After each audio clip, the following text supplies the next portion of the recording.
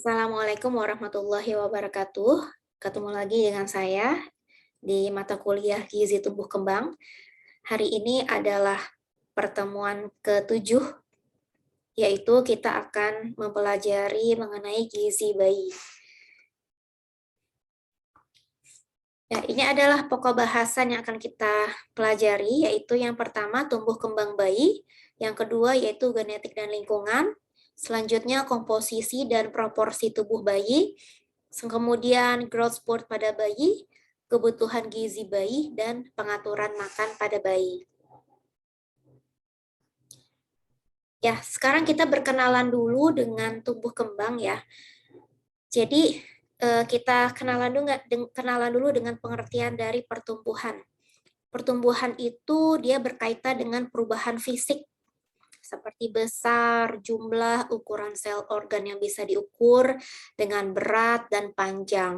Misalnya berat badan 50 kilo atau berat badan 10 kilo, berat lahir 3,5 kilo, panjang badan 50 cm, itu adalah pertumbuhan ya, sesuatu yang bisa diukur. Ya, seperti contohnya yaitu bayi mengalami pertambahan panjang badan sebesar 50% dalam tahun pertama kehidupannya. Jadi dalam 1 tahun pertama kehidupannya, bayi itu mengalami pertumbuhan yang sangat pesat, terutama dalam berat badan dan tinggi badan ya. Saat umur 1 tahun, panjang badannya itu mencapai 1,5 kali panjang lahir. Jadi kalau misalnya panjang badannya adalah 50 cm, maka diperkirakan ya ketika dia berusia 1 tahun, kurang lebih panjang badannya, kemudian kalau dia bisa berdiri ya, sudah bisa berdiri, berarti disebutnya dengan tinggi badan, menjadi 1,5 kali lipatnya, yaitu kurang lebih 75 cm gitu ya. Jadi bisa kita perkirakan dari panjang lahir. Nah, ini contohnya dari pertumbuhan, yaitu mengenai berat lahir. Jadi berat lahir itu adalah berat bayi baru lahir yang pertama kali ditimbang setelah lahir. Kemudian dalam berat lahir itu ada istilah BBLR, yaitu bayi berat lahir rendah ya.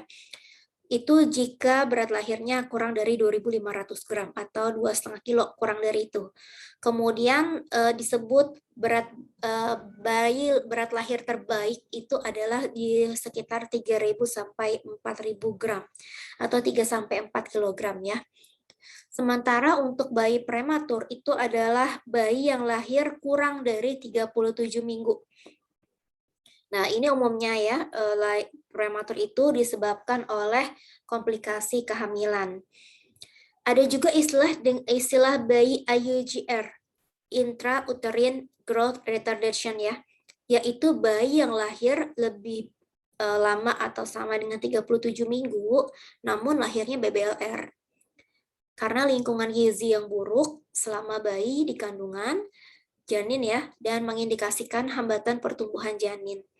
Jadi perlu diwaspadai itu kalau hamilnya cukup umur, mencapai 37 minggu ya, kemudian lahir, tetapi berat lahirnya itu kurang dari 2.500 gram gitu.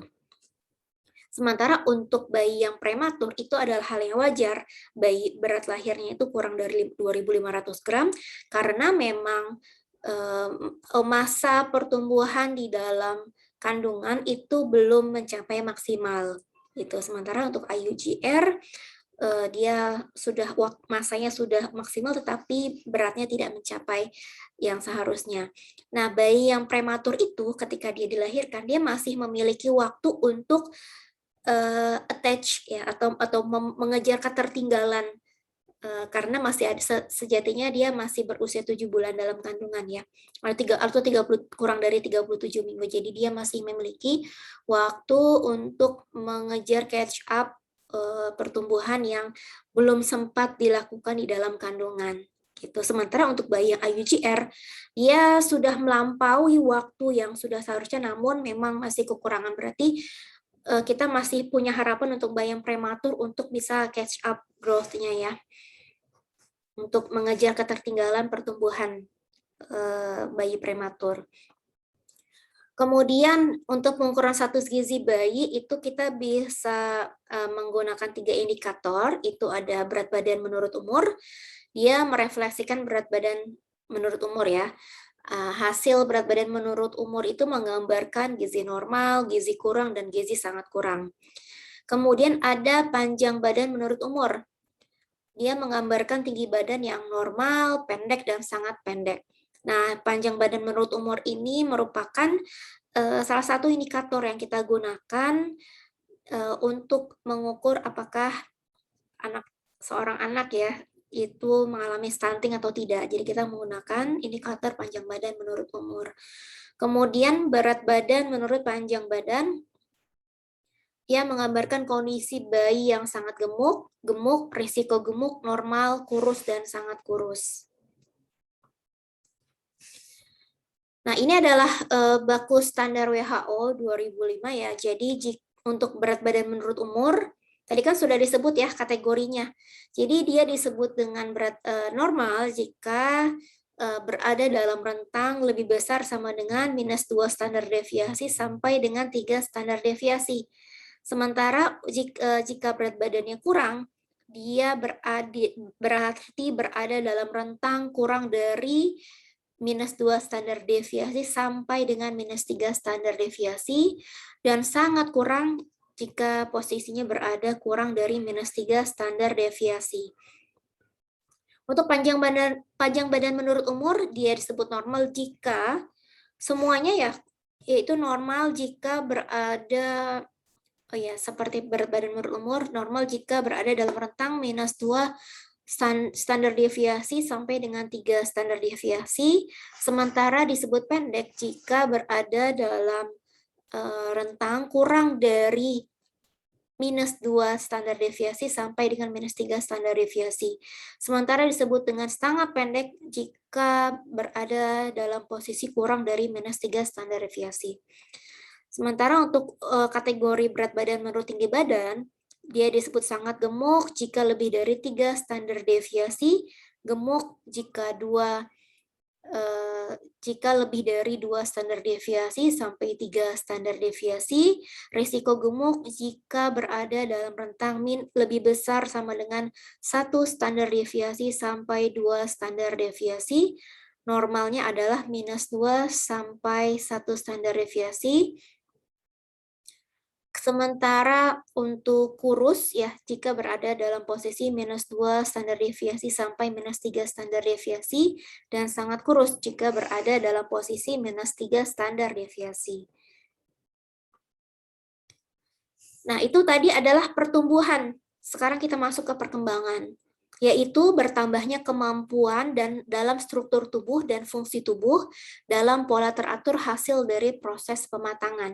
Contohnya itu perkembangan emosi, intelektual, dan tingkah laku. Nah, perbedaan antara pertumbuhan dan perkembangan yaitu kalau pertumbuhan dia bisa diukur, berapa sentimeter, itu bisa diukur. Ada satuan yang bisa diukur dengan satuan yang objektif. Sementara untuk perkembangan itu sesuatu yang tidak bisa diukur gitu. Jadi itu perbedaannya. Seperti perkembangan emosi, kita mengukurnya dengan satuan apa itu tidak ada.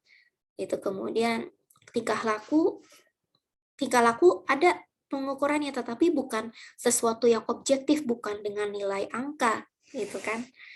Gitu. Kemudian ini untuk perkembangan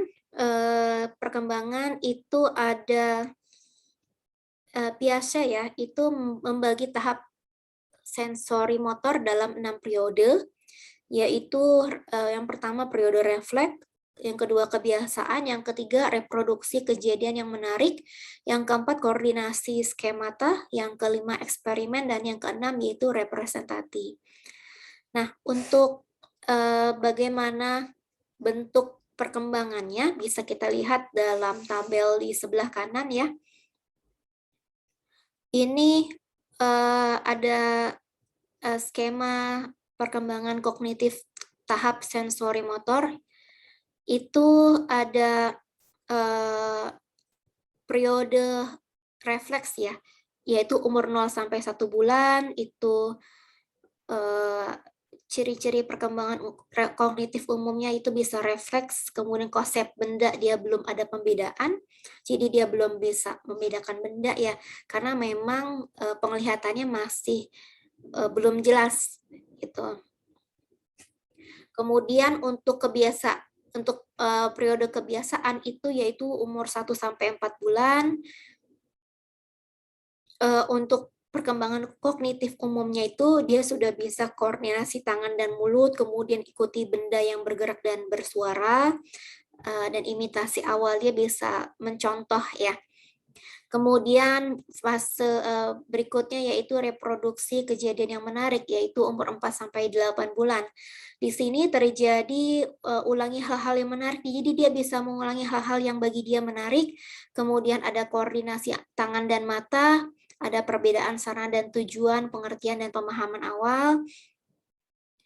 Kemudian untuk di konsep benda itu sudah mulai ada ya konsep benda, kemudian ada antisipasi letak benda yang bergerak, dan klasifikasi benda awal. Jadi dia sudah mulai tertarik dengan sesuatu yang bergerak. Misalnya melihat hewan, kucing.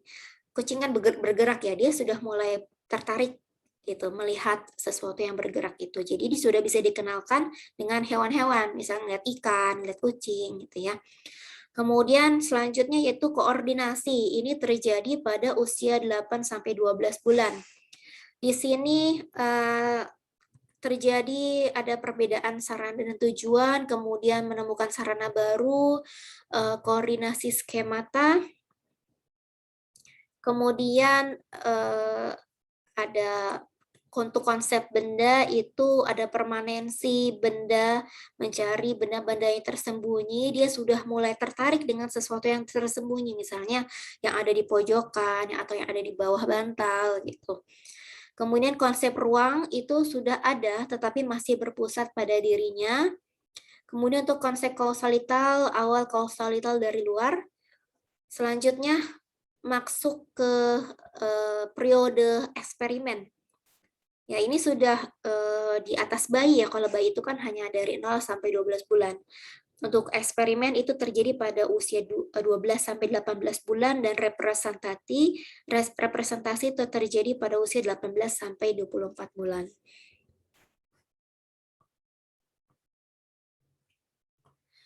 Nah, kemudian tadi sudah perkembangan sistem motorik ya, sekarang sistem pencernaan.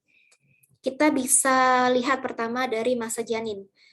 Kalau dalam masa janin itu makanan masuk ke dalam tubuh janin itu dengan cara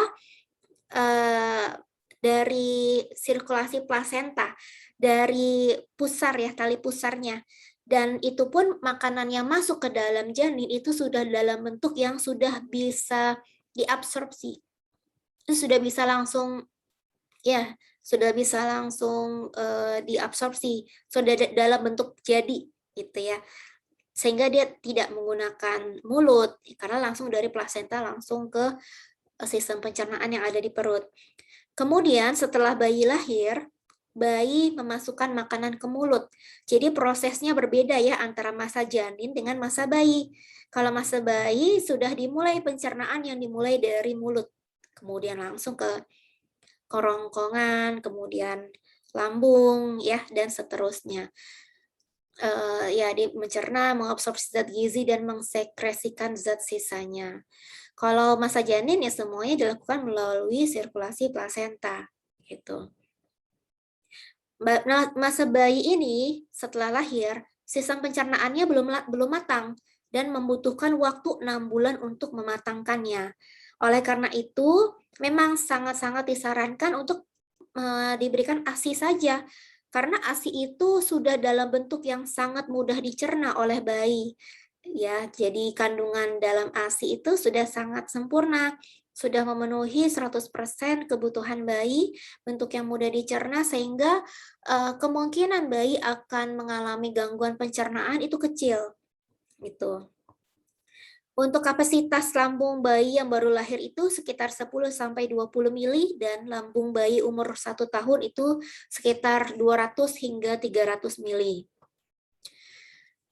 Nah, kemudian kita berkenalan dengan genetik dan lingkungan. Ya, jadi ketika bayi lahir itu ada 2 faktor yang berkontribusi dalam tumbuh kembang janin. Tumbuh kembang janin dan bayi ya. Jadi ketika dalam masa kandungan tentunya tumbuh kembang janin dan ketika sudah lahir berarti tumbuh kembang bayi. Ada 2 faktor yang mempengaruhi yaitu genetik dan lingkungan. Genetik itu diturunkan oleh orang tua dan tersimpan di dalam DNA menampilkan bentuk dan potensi bayi. Jadi nanti bentuk genotip dan fenotip ya. Kalau genotip kan secara genetiknya, misalnya rambut kode-kode genetik. Sementara fenotip itu penampakan luarnya, misalnya rambutnya keriting, bola matanya coklat, kulitnya berwarna sawo matang atau berwarna putih, rambutnya lurus atau keriting, itu adalah genetik yang diturunkan dari kedua orang tuanya. Kedua orang tua sama-sama memberikan sumbangan genetik yang sama, yaitu 50% dan 50% dari ayah, 50% dari ibu. Itu hanya nanti penampakannya dalam fenotip ya, itu tergantung genetik siapa yang dominan. Namun untuk jumlahnya sama 50%, 50%.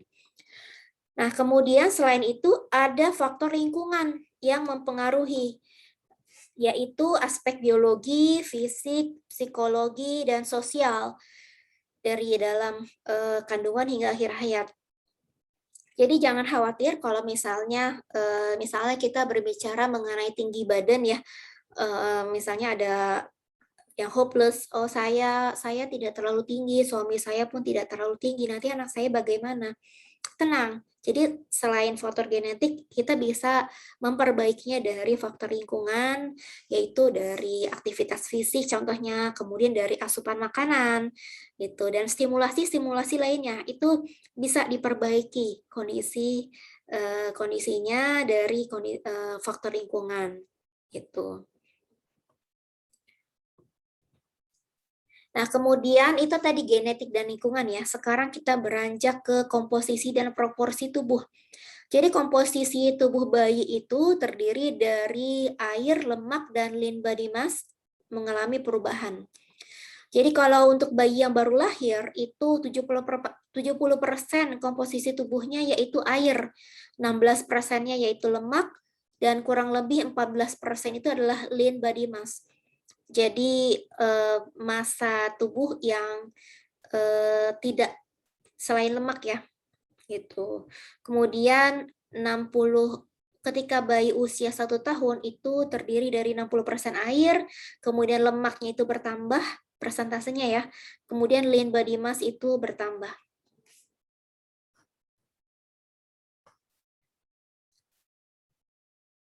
Nah, kemudian jika kita lihat tadi komposisi ya, sekarang proporsi tubuh. Maksudnya adalah di sini ketika masa masa embrio ya, kita bisa lihat itu proporsi kepala hampir menyamai tubuhnya. Jadi kepalanya sangat besar. Jadi hampir sama ukurannya dengan ukuran tubuhnya. Kemudian ketika bayi baru lahir, ukuran kepala itu 1/4 ukuran tubuh. Masih agak besar ya. Namun sudah lebih mengecil dibandingkan dengan ketika masa janin. Kemudian panjang kakinya 1/8 dari total panjang badan. Sementara ketika dewasa itu proporsi kepala lebih kecil lagi, yaitu ukuran kepalanya menjadi 1/8 ukuran tubuh dan panjang kaki menjadi tambah panjang, yaitu setengah total tinggi badan. Gitu. Jadi kalau misalnya kamu tinggi badannya adalah 160 cm, berarti ketika dewasa nanti kurang lebih panjang kakinya adalah 75 cm gitu. Jadi gitu ya. Jadi proporsinya semakin dewasa maka proporsi kepala itu menjadi semakin lebih kecil dan kaki menjadi semakin panjang ya. Kemudian kita kenalan dengan growth spurt pada bayi. Growth spurt itu apa sih? Growth spurt itu adalah fase pertumbuhan yang lebih cepat dari keadaan normal.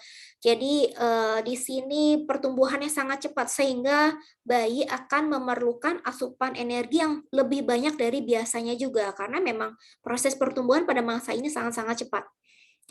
Tidak ada patokan khusus kapan terjadinya growth spurt pada bayi, namun pada umumnya growth spurt itu terjadi pada bayi berusia 7-10 hari, kemudian usia 2-3 minggu, usia 4-6 minggu, 3 bulan, 4 bulan, dan 6 bulan.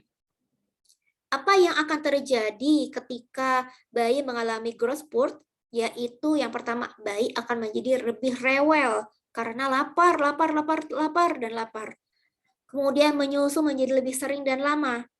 Tidak mau dilepaskan dari payudara ibu, kemudian pola tidur bayi berubah. Bisa semalaman tidak mau tidur karena maunya nyusu saja. Dan bisa jadi siang itu tidur sangat lama. Oleh karena itu dalam pengasuhan bayi dibutuhkan peran ayah juga gitu karena ibu akan sangat kerepotan kalau menjalani semuanya sendiri gitu. Jadi para suami mohon untuk memperhatikan istrinya di masa-masa ini ya. Jadi agar bisa sehat ibu dan istrinya. Suami juga kalau istri dan anaknya sehat otomatis akan sehat dan bahagia juga kan ya. Kemudian dalam masa growth spurt ini apa yang sebaiknya ibu lakukan? Ini menurut Aimi pada tahun 2013 ya. Jadi ibu harus tetap percaya bahwa ibu memiliki kemampuan untuk memenuhi kebutuhan bayinya yang sedang mengalami growth spurt. Kemudian ingat dengan prinsip produksi ASI, yaitu semakin banyak ASI dikeluarkan, maka akan semakin banyak diproduksi kembali. Jadi jangan khawatir ASI-nya akan habis, karena ketika dia keluar banyak, maka akan langsung terisi kembali payudara ibu dengan ASI. Kemudian susui bayi on demand, sesuai dengan kemauannya bayi, sekehendaknya bayi. Kemudian menjaga asupan makanan dengan jumlah energi yang cukup, bergizi seimbang, dan memperbanyak asupan cairan. Karena ya tentu membutuhkan tenaga, membutuhkan zat gizi yang dari ibu makan. Dan cairan pun turut menjadi komposisi susu ASI kan ya gitu. Jadi bahan baku ASI juga. Jadi ibu yang menyusui itu memang harus banyak minum. Itu karena terkait dengan produksi ASI. Oke, selanjutnya kita beranjak ke kebutuhan gizi bayi. Kebutuhan gizi bayi itu dipengaruhi oleh yang pertama yaitu ukuran tubuh. Jadi ukuran tubuh yang kecil itu otomatis kebutuhannya lebih sedikit. Ya, jadi bayi yang misalnya bayinya lahirnya besar nih, otomatis dia akan menyusu lebih banyak daripada bayi yang berat lahirnya itu lebih kecil daripada dia. Itu kemudian kecepatan pertumbuhan yang sangat cepat. Jadi kecepatan pertumbuhan pada masa bayi yaitu 0-12 bulan itu adalah kecepatan pertumbuhan tertinggi di sepanjang siklus kehidupan manusia. Berat badannya bisa naik berkali-kali lipat dari berat lahir kan? Kemudian tingginya pun berkali-kali lipat dari berat lahirnya. Itu sesuatu yang tidak akan dialami oleh masa siklus manapun kecuali pada masa bayi ini. Kemudian imaturitas organ dan perilaku. Jadi organ-organ tubuh bayi itu belum cukup matang ya untuk menentukan jenis dan konsistensi makanan yang dikonsumsi. Oleh karena itu diberikan makanan secara bertahap. Selama 0-6 bulan ASI saja, kemudian ketika usia 6 bulan diberikan MPASI yang bentuknya lumat dan disaring. Gitu. Jadi dan kemudian seiring dengan berjalannya waktu teksturnya akan berubah ya menjadi lebih kasar karena disesuaikan dengan kemampuan sistem pencernaan bayi itu sendiri. Kemudian kebutuhan gizi bayi juga dipengaruhi oleh siklus tidur dan aktivitas fisik. Bayi yang dia aktif ya, itu tentunya membutuhkan asupan energi yang lebih banyak. Itu. Kemudian temperatur dan iklim. Jadi kebutuhan energi akan meningkat jika terjadi peningkatan panas tubuh, misalnya saat suhu udara dingin. Kemudian status kesehatan dan masa penyembuhan. Bayi yang demam itu membutuhkan tambahan energi sejumlah 13% dari kebutuhan normalnya. Jadi tidak sekadar bayi ya, siapapun ya manusia dalam siklus hidup manapun itu ketika dalam keadaan demam itu membutuhkan tambahan energi.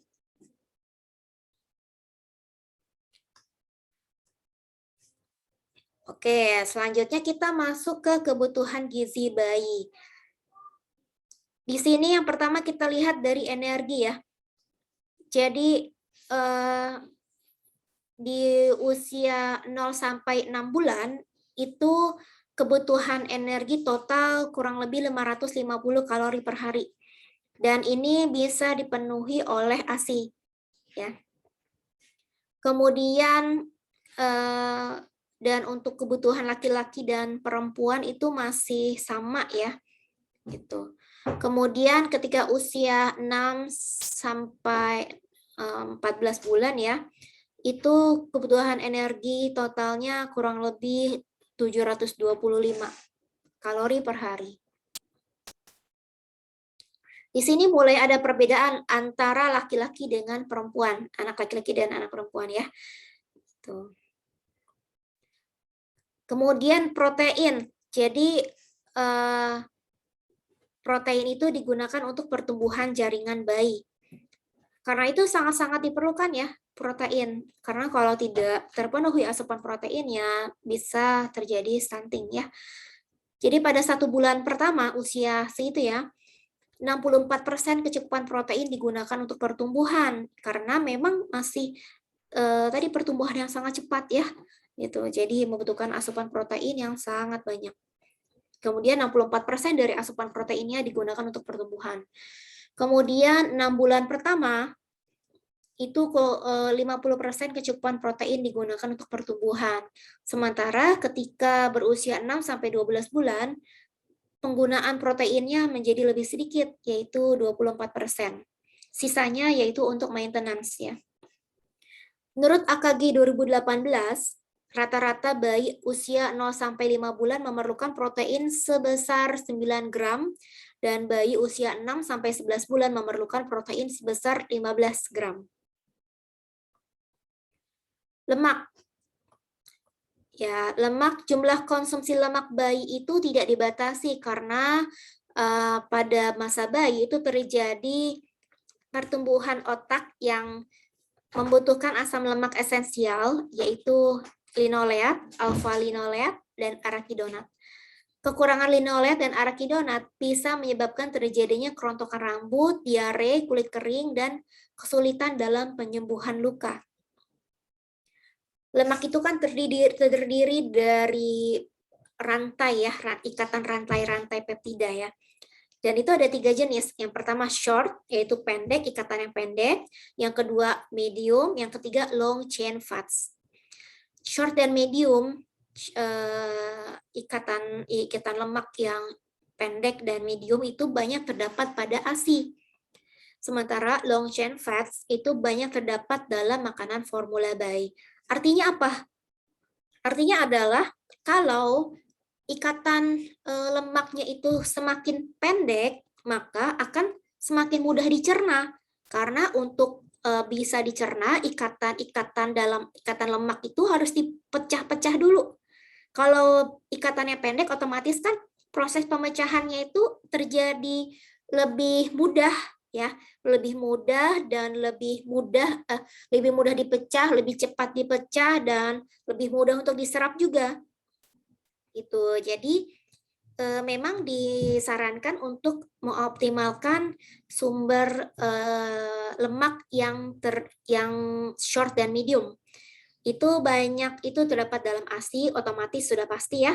Yang juga untuk tambahan lemaknya itu dari lemak yang nabati. Itu ikatannya pendek ya, ikatannya pendek sehingga lebih mudah dicerna oleh bayi.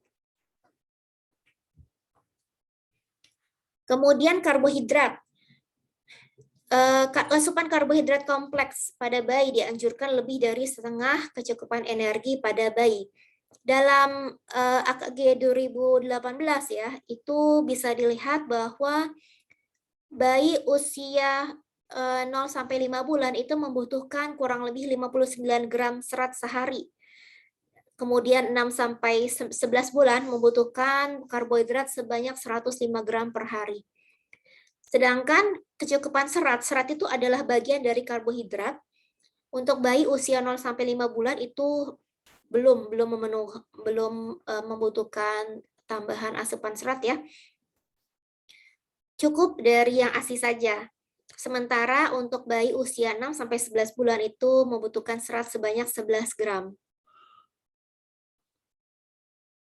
Selanjutnya ada air.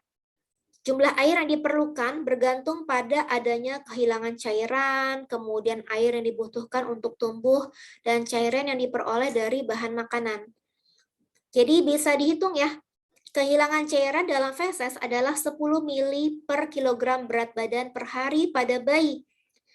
Jadi kalau berat badan bayinya adalah misalnya 5 kilogram, berarti kehilangan cairannya bisa dihitung, berarti 10 mili, berarti 10 kali 5, berarti 50 mili. 50 mili, 50 mili sehari. Gitu. Nah, ini adalah kecukupan air per hari. Bayi usia 0 sampai 5 bulan itu adalah 700 mili dan bayi usia 6 sampai 11 bulan itu adalah 900 mili.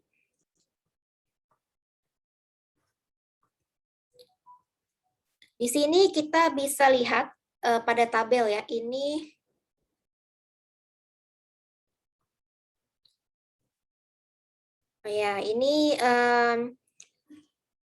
untuk protein itu daging sapi, sumbernya ada daging sapi, ayam, ikan, telur, susu, biji-bijian, kacang-kacangan itu kebutuhannya yaitu 0 sampai 6 bulan sebanyak 9 gram, kecukupan ya maksud saya.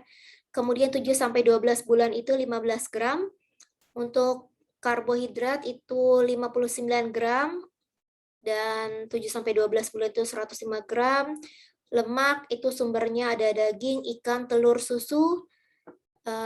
Kecukupannya yaitu 31 gram dan 0 sampai 6 bulan ya. Kemudian 7 sampai 12 bulan itu 35 gram.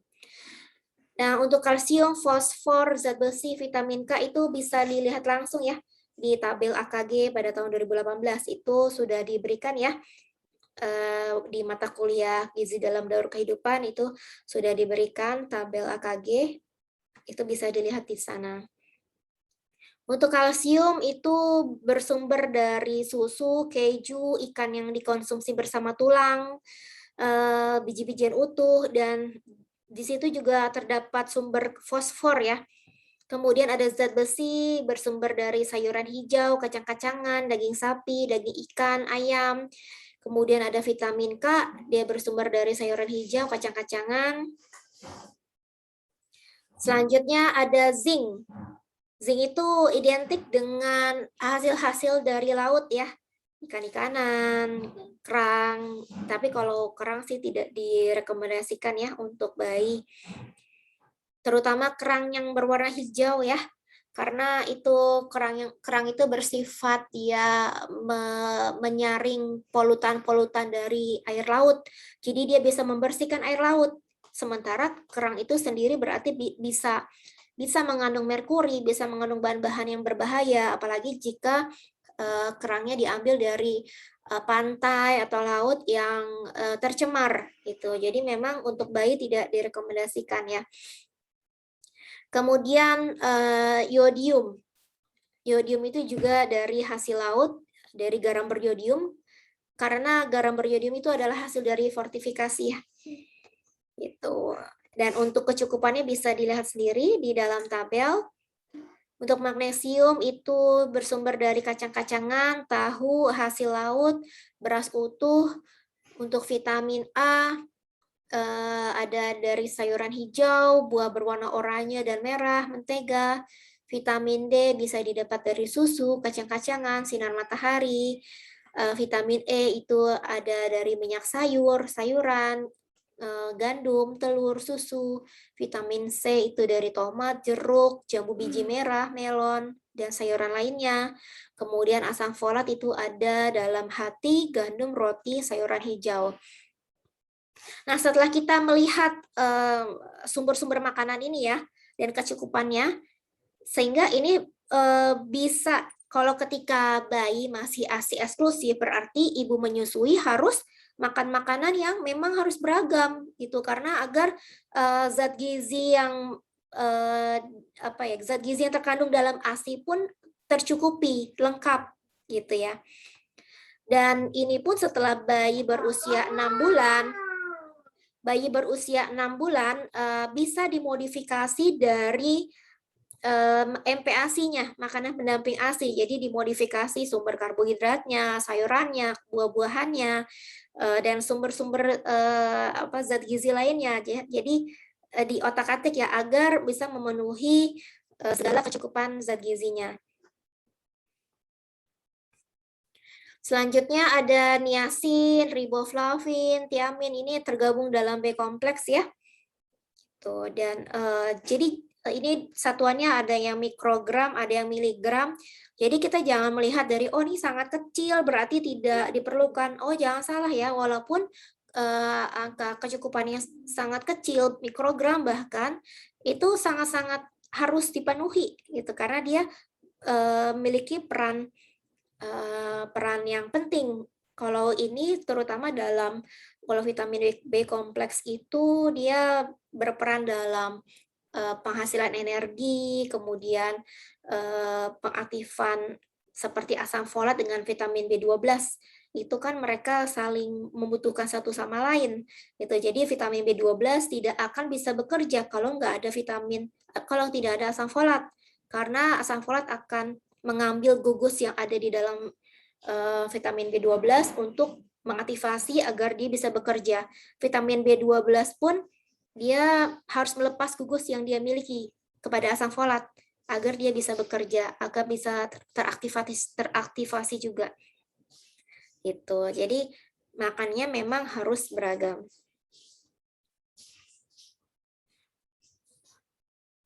Baik, berikutnya kita beranjak ke pengaturan makan bayi. Nah, untuk pemberian makan bayi, yang bayi berusia 0 sampai 6 bulan itu cukup diberikan ASI secara eksklusif. Kemudian ketika 6 bulan ke atas ya, bayi tetap diberikan ASI, kemudian ditambah dengan MPASI, makanan pendamping ASI.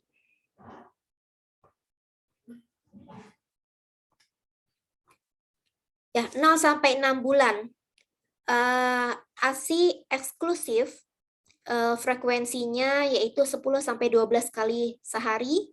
Pemberiannya on demand, yaitu dilakukan sesuai permintaan bayi dengan durasi sekali menyusui itu 10 sampai 20 menit. Jadi jika bayi itu terlalu lama menyusunya, maka perlekatan menyusui perlu dicek.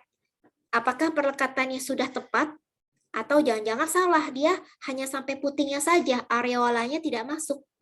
Gitu, sehingga bayi pun akan kelelahan. Ini aku udah ngenyot lama-lama kok aku nggak kenyang-kenyang gitu, jadinya ngenyot mulu gitu, dan ibunya pun capek gitu. Jadi perlu diperhatikan pelekatannya, karena itu juga turut mempengaruhi efektivitas dalam menyusui ya. Kemudian juga ada PASI, pengganti ASI. Jadi pengganti ASI ini sesuai dengan PP nomor 33 tahun 2012 tentang ASI eksklusif, pemberian pengganti ASI dapat dilakukan dengan catatan apabila terdapat indikasi medis dari tenaga kesehatan bahwa ibu tidak dapat memberikan ASI kepada bayi. PASI juga dapat diberikan jika ibu meninggal dunia atau terpisah dari bayi. Gitu. Jadi Misalnya seperti yang pekan lalu saya sampaikan ya, jika misalnya bayi terindikasi hipoglikemi, sementara ibu masih berjuang untuk bisa mengeluarkan ASI.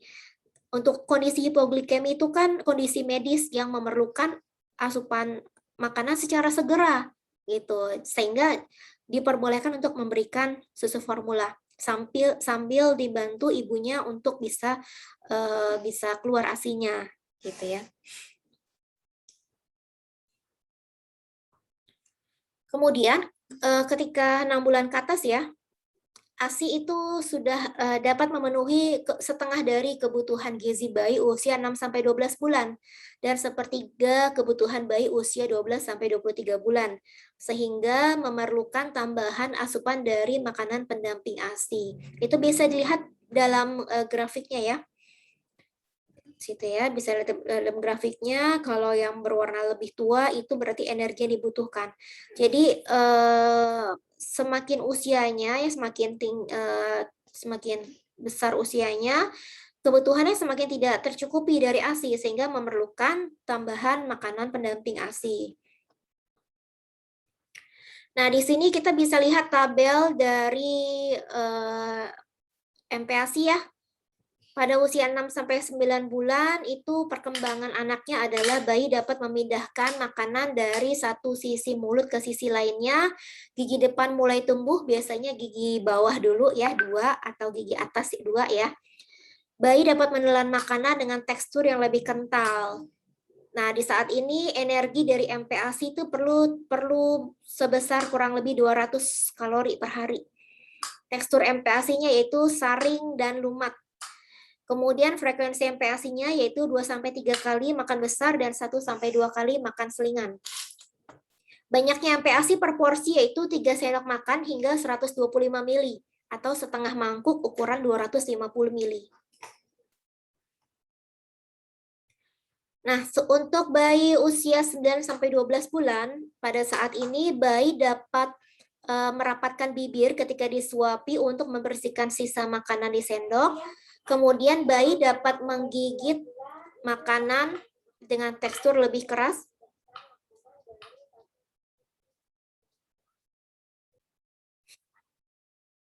Selanjutnya, ya untuk tekstur, untuk jumlah energi ya,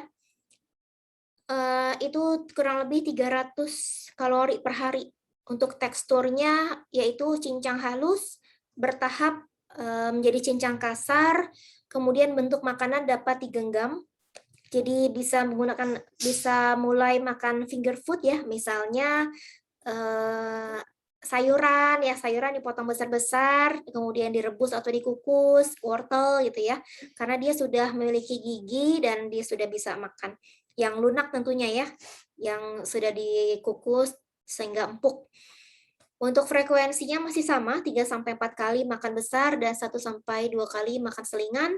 Banyaknya per porsi yaitu 125 ml atau setengah mangkuk dari ukuran 250 ml. Ini adalah gambar dari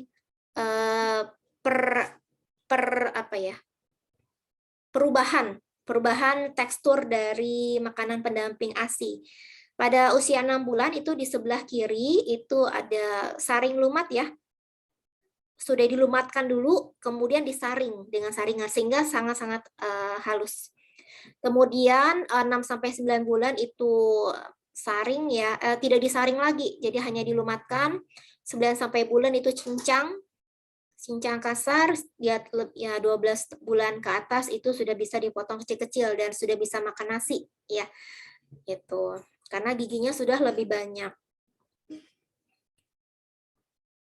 Ya, baik. Sampai di sini mata kuliah gizi tumbuh kembang untuk bagian gizi bayi. Semoga bisa dipahami dengan baik.